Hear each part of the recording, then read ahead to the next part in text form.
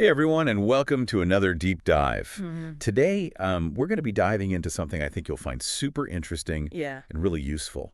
How to make the jump from being, good at something to being great. It's funny when we think about this idea of greatness, we often think of it as this almost like magical thing, right? Like some people Yep. or companies just kind of have it. But what if I told you that it's not about magic at all? I'm listening. What if it's really about the choices that we make each and every day and the actions that we take? And all of that is guided by this deep understanding of who we are and what truly drives us? Ooh, I like that. Yeah. So to help us kind of unpack this whole good to great thing, today we're diving into two books that might seem totally different at first glance. Right. But trust us on this, they're way more connected than you might think. Yeah. Okay, so we're looking at Jim Collins' book, Good to Great, which really dives deep into companies that made that amazing jump, right?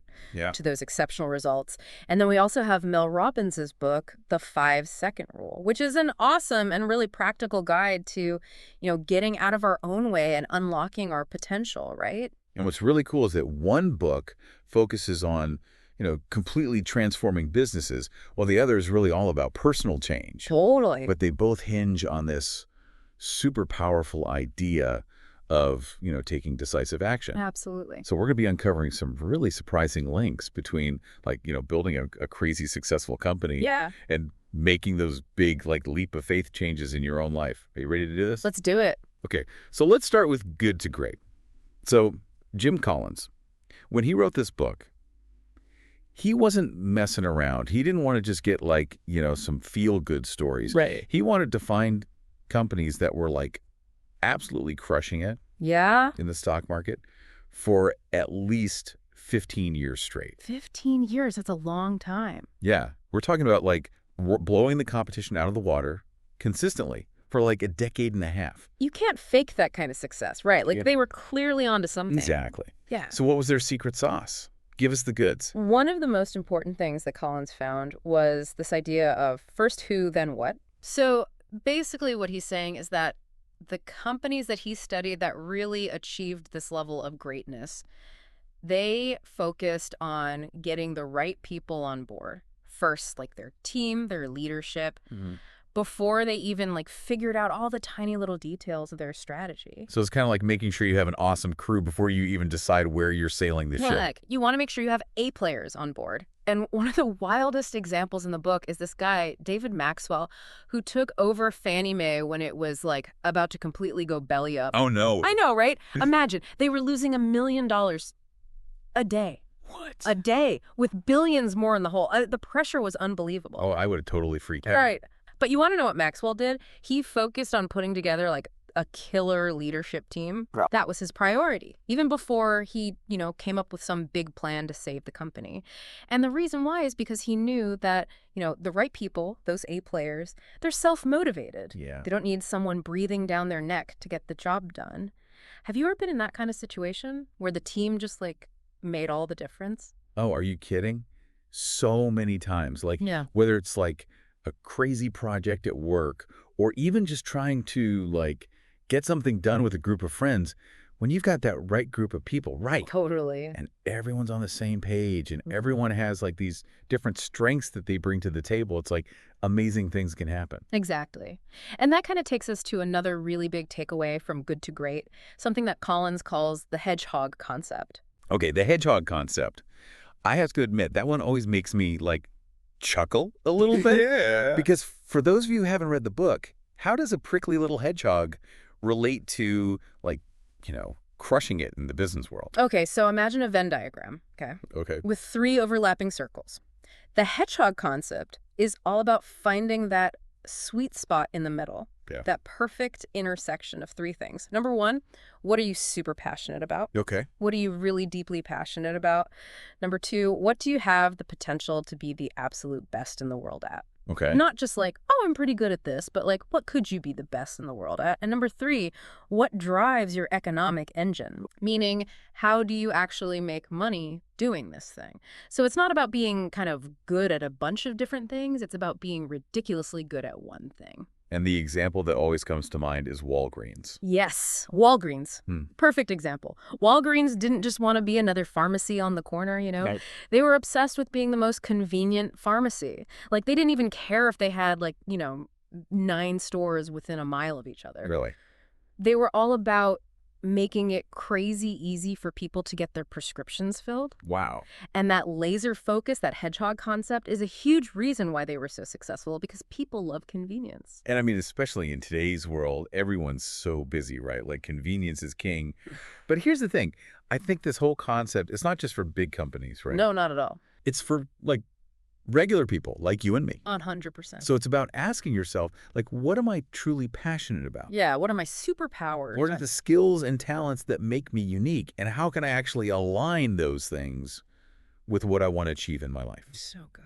Okay, there's one more idea from good to great that I want to bring up because I think it's crucial for understanding how these companies made that leap to greatness, and that's the flywheel effect. Yes. The flywheel. I love this one. It's such a powerful visual, right? It is. Imagine this giant, heavy flywheel. At first it takes, like, a ton of effort just to budget even a little bit, right? Yeah, it's like really heavy. It's super heavy, yeah.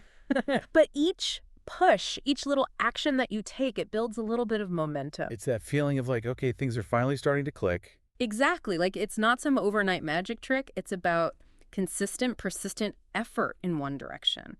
It might feel really slow at first, but as that flywheel picks up speed, it gains this incredible momentum. And eventually, you hit this breakthrough point where things really take off. Yeah, it makes me think about, those big goals that we set for ourselves, those things we really want to achieve, but it just feels so big and so overwhelming. And it's a good reminder that, you know what, it's okay if we don't see huge results right away, that every step we take, even the small ones, every action we take, it's building towards something bigger. It's all about trusting the process, right? Totally. Which is sometimes easier said than done, right? Because let's be real, things don't always go according to plan. And that's where things get really interesting because, Jim Collins in Good to Great, he doesn't just talk about all the good stuff, right? Yeah. All the positive aspects of, building a successful business. Right. He also talks about the importance of facing what he calls the brutal facts. Oof, yeah.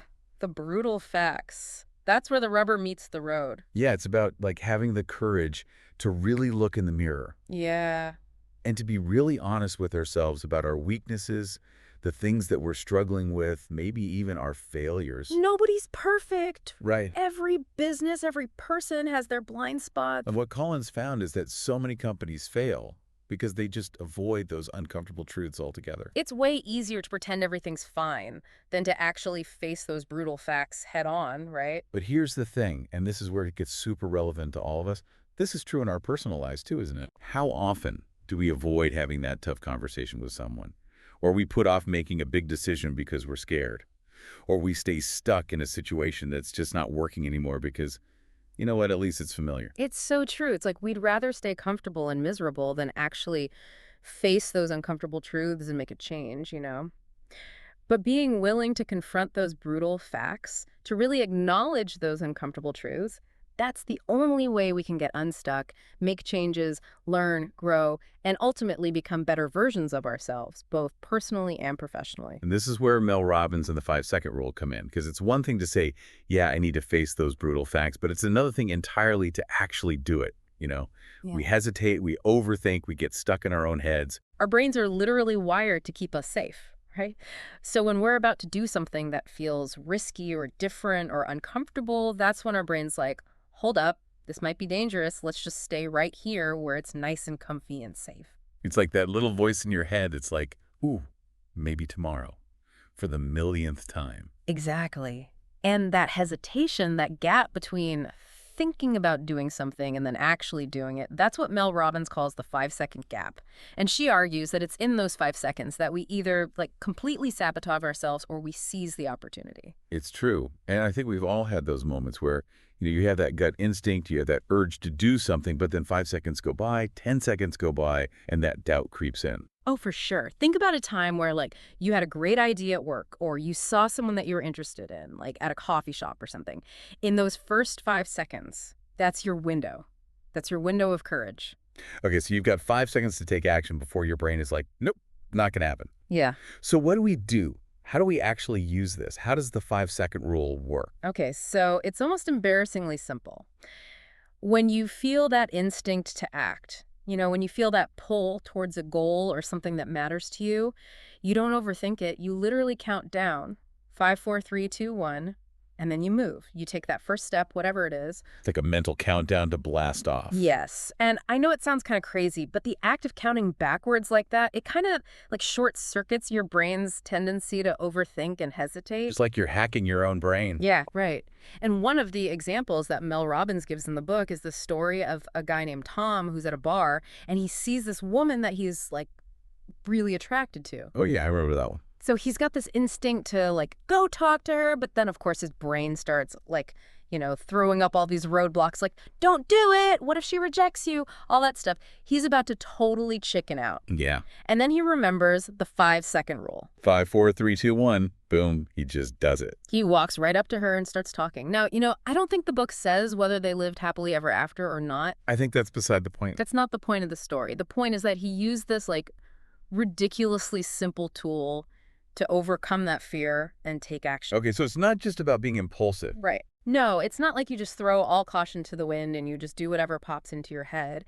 Mel Robbins is really big on making sure that, like, your actions are aligned with your values and your goals. It's kind of like that hedgehog concept that we were talking about earlier with Jim Collins.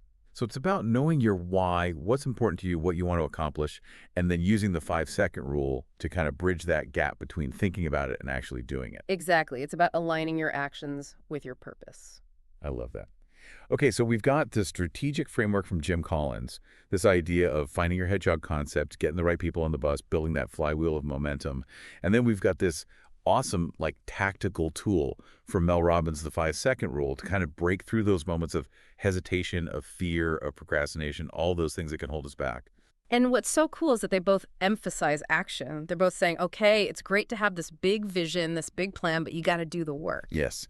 So if we're serious about this whole becoming great thing, whether it's in our careers, our personal lives, our relationships, whatever it is, how do we actually bridge that gap between knowing what to do and then actually doing it? Because I think that's where a lot of us get tripped up. 100%. We can read all the books, listen to all the podcasts, have all these great ideas, but if we don't take action, nothing's going to change. So how do we make it happen? I think a good place to start is with clarity. It all comes back to that, doesn't it? Like really understanding our why, what's driving us, what are our core values, our passions, our, our unique strengths. Yeah, and then how do those things actually line up with like what you're trying to achieve? Right. Exactly. Exactly. It's about taking the time to really get to know yourself, ask those tough questions, figure out what truly motivates you, personally, professionally, all of it. It's not always super fun to do that self-reflection, but it's so key. It is. And sometimes that means, journaling, brainstorming, maybe talking to a mentor or a friend or, someone that you trust that can just kind of help you, get those ideas flowing.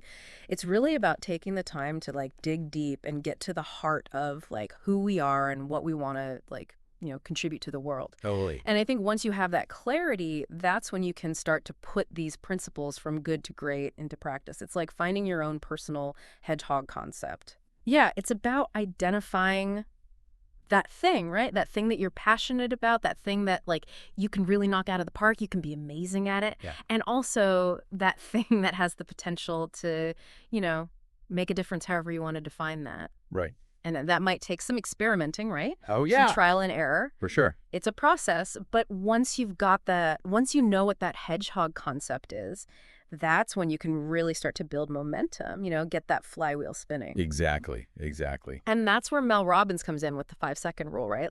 What's one small action step that you can take, today, right now, that's going to move you closer to that bigger vision? Maybe it's making a phone call, sending that email, signing up for that class, finally having that conversation that you've been putting off, whatever it is, it's about breaking through that initial resistance and taking that first step. And it doesn't have to be this big, massive thing, right? Even something small. But because it's those small steps that really add up over time. 100%. They build momentum, they build confidence. It's you start to see those small wins. Yeah. And it just kind of Like, creates this positive feedback loop. Totally. And remember that principle of the flywheel that we talked about, that idea of building momentum through consistent action. That applies to everything. Our personal lives, our work, our relationships, everything. It's about taking those small steps consistently over time and trusting that they're going to lead to bigger and bigger things. So as we wrap up our deep dive today into good to great and the power of the 5-second rule, I want to leave you with a little challenge. Think about one thing that you would like to change or improve in your life. And it could be anything. Your career, your health, your relationships. Maybe there's a creative project that you've been wanting to tackle. And ask yourself these questions. What's your why? Like, what's that deeper purpose or motivation behind this goal? Why is this important to you? Yes. And what would your hedgehog concept be in this specific area? Like, what's that thing that you could be the absolute best at, that makes you unique? And then finally, what's that one small action step that you can take? Even something that takes just 5 seconds to get that flywheel turning. I love that. Write those answers down somewhere. Put them on a sticky note on your bathroom mirror. Put them somewhere where you're going to see them every single day. And then commit to taking that first step. Because that journey, from good to great, from just thinking about it to actually making it happen, it all starts with that single 5-second decision. You got this. That's it for our deep dive today. We hope you found this conversation as thought-provoking and as useful as we did. And don't forget to check out Good to Great by Jim Collins and the 5-Second Rule by Mel Robbins for even more on this. Until next time, keep learning, keep growing, and keep diving deep.